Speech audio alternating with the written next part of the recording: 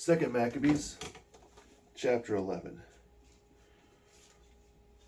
Shortly afterward, Lysias, who was the king's guardian and kinsman and in charge of the government, was greatly upset at what had happened and gathered about 80,000 infantry and all his cavalry to come against the Jews. He purposed to make the city a home for Greeks, to levy taxes on the temple as he did on the sacred places of the other nations, and to put the high priesthood up for sale every year. He took no account at all of God's power, but was elated with his countless thousands of infantry and his thousands of cavalry, plus his 80 elephants. Thus he entered Judea and drew near Beth-zur, a fortified place about 20 miles from Jerusalem, and besieged it. When Maccabees and his men heard of this, that Lysias was besieging the strongholds, they and all the people begged the Lord with lamentations and tears to send a good angel to save Israel.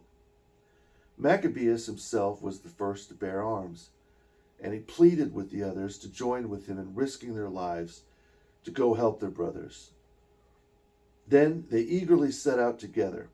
But in that place, while they were still near Jerusalem, a horseman appeared before them, clothed in white and brandishing a full armor of gold.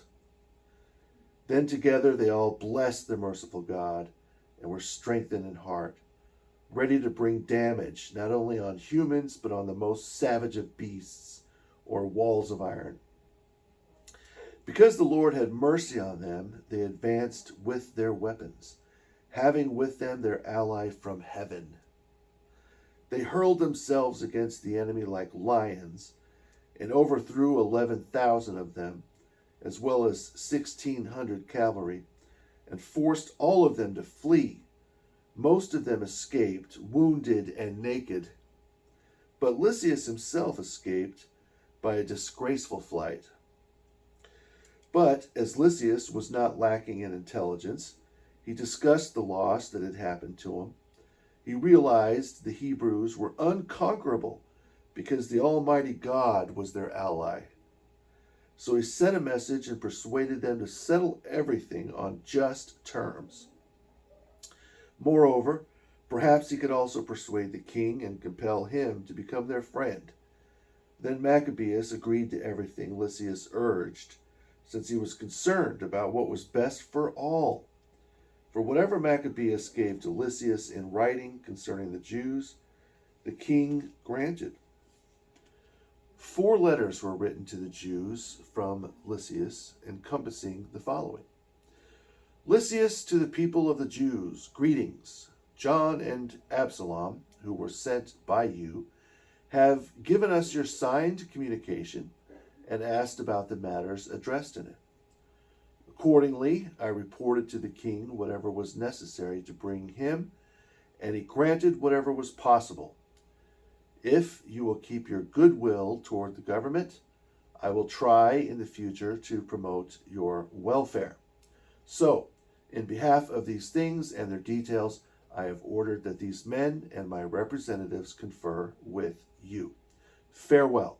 The 148th year, the 24th of Dios Corinthius. Now, the king's letters contained the following. King Antiochus to Lysias his brother, greetings. Since our father has departed to the gods, we desire the subjects of the kingdom be undisturbed in caring for their own affairs. We understand the Jews do not approve of our father's change to Greek customs, but choose their own way of life and ask that their customs be granted them. Since, therefore, we prefer for this nation to be free from disturbance, our decision is for their temple to be returned to them, and for them to live according to the customs of their forefathers. Therefore, you will do well to send word to them and give them assurances of friendship, so they may know our policy. Be in good spirits and continue gladly to help them in their own affairs. The king's letter to the nation was as follows: King Antiochus, to the Jewish Senate and the rest of the Jews, greetings. If you are healthy, this would be as we desire. We are also in good health. Menelaus has told us you wish to return home and attend to your own affairs. Therefore, those who return home by the 30th of Xanthicus will have our pledge of friendship, with freedom from fear. For the Jews to enjoy their own food and laws as before. And none of them shall be troubled in any way for things done in ignorance. I have also sent Menelaus to encourage you.